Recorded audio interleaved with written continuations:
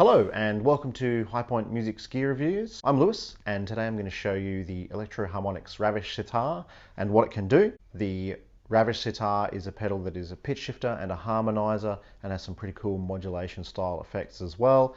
Takes your normal guitar signal and makes it sound like a sitar. This is what it sounds like.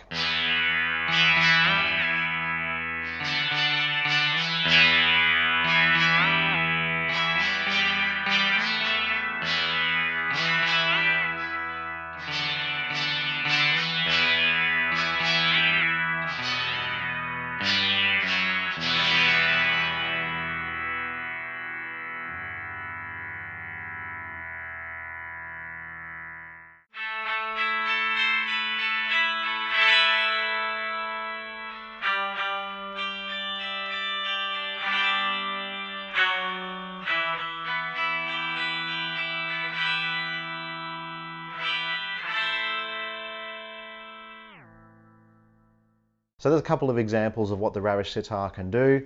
Of course, on top of the normal sitar sounds, it has some pretty great ambient sounding effects as well that aren't as bold as the sitar stuff. So I'll show you a few of the settings I use, a little bit of context with some reverb as well to give you an idea of what you can do to get some ambient sounds. Straight up, this is my clean tone. Some neck. And my connections are, of course, my guitar is running through a loop pedal, so I can loop some of these riffs for you to hear the changes in the controls a bit differently. We're going into the Ravish Sitar, out of the main output to the two notes La Clean. I've also got an expression pedal connected to the pitch control, which is what gives us our variable pitch setting. And I'm running a reverb in the loop of the La Clean to show you some more of that ambient-like tone in a moment.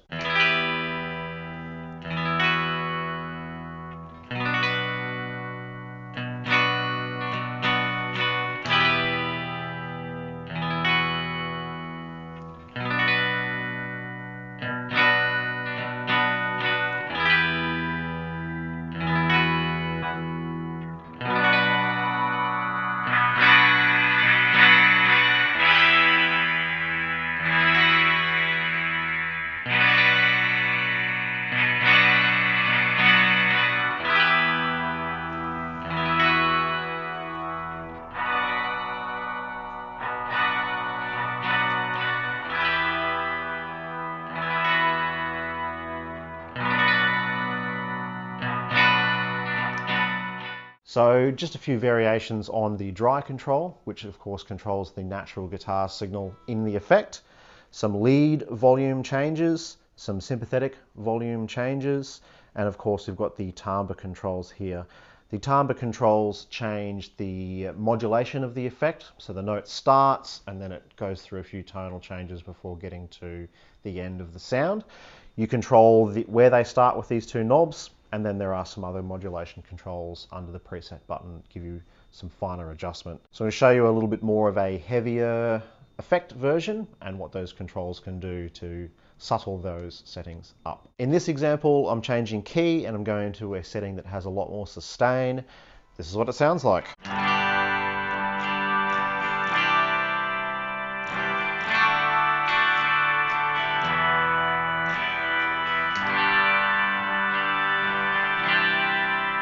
And we can change the lead tones. So now all you're hearing is the sympathetic. We can of course control the sympathetic and really dial that in. Make it sit really far in the background.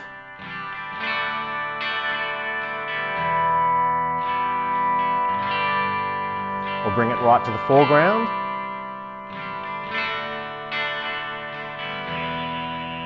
You can hear as I dial that lead tone up,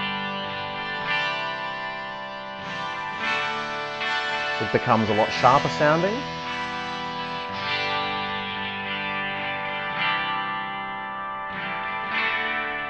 And then we get into the decay modes, which controls how long the sympathetic tones last for. So we can go from nothing to something really drawn out. And then we've got some modulation options. That's the modulation off.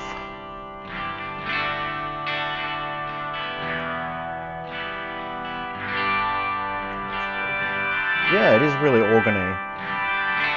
You can hear that modulation starting to roll across those sympathetic tones a little bit more. And then we can adjust the boost of the EQ in that modulation. So we start with 0,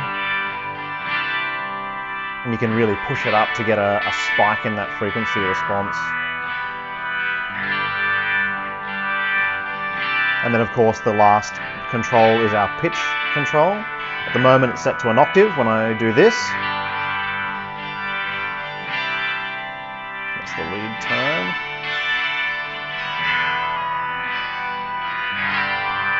Set it to a fifth.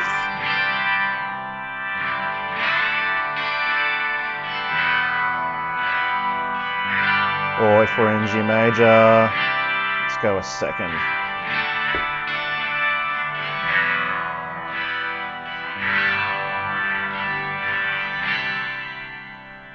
You can hear it a bit more if I turn that down.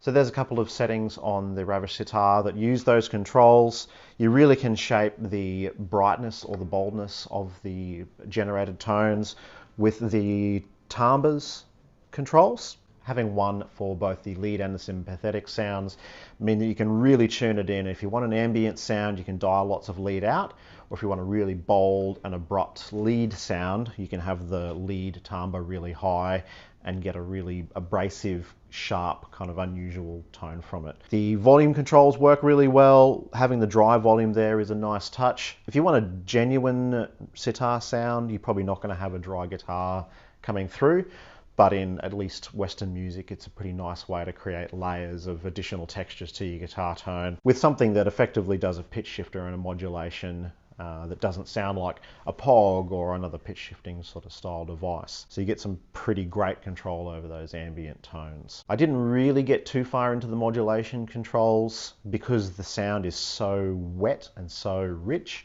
But if you wanted just a little bit of something in the background to help move some really slower chord movements along, you're going to get a really great response there.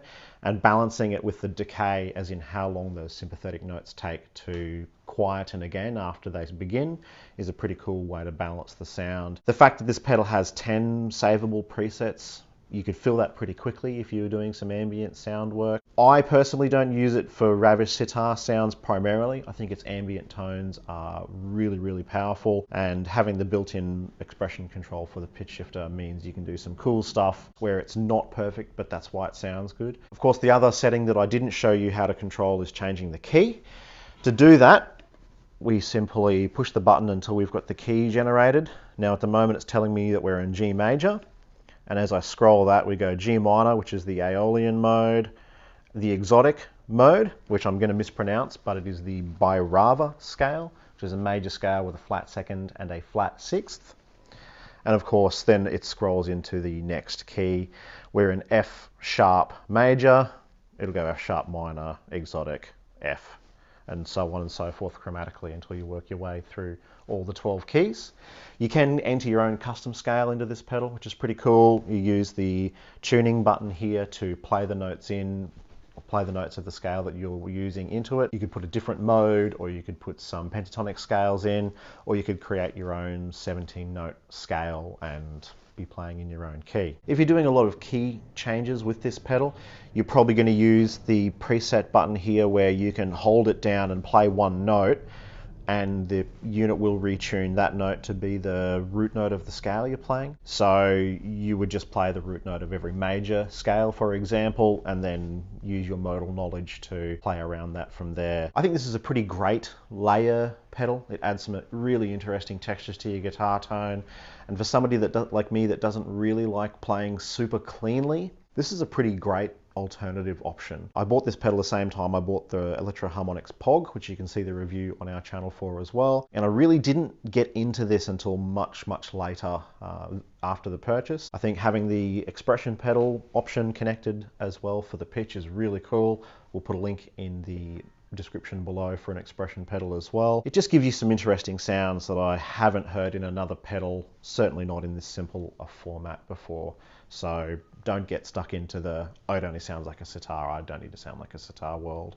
It really can do some cool alternative things. So that's the Electro Harmonix Ravish Sitar. It sounds great. It's got some really useful modes and controls for you to get a range of different sounds from your guitar. It's got some really good features for a pedal that is otherwise somewhat complicated. Being able to save presets and really finely dial into some of those settings makes it very usable and makes it easy to go from a really abrupt, bold sound to a really subtle and ambient sound. Layering it with reverb or some tape delay or something, you can really get some cool ambient spatial sounds from it. So it's made pretty well. It's not the cheapest pedal around, but for what it does, it seems to be pretty good value by comparison. If you're interested in checking one of these out, you can find a link below in the description to do so. Don't forget to keep up with us on our social media. You can like, share, subscribe to that, and it really gives us a good idea of who's enjoying what. If you want to leave a comment or a suggestion, do so there. Don't forget to check out the blog on the website. There's also a comment section there if there's something specifically you want to get into. I'd love to find out if you want a little more detail. So thanks for watching. I'll see you in the next episode.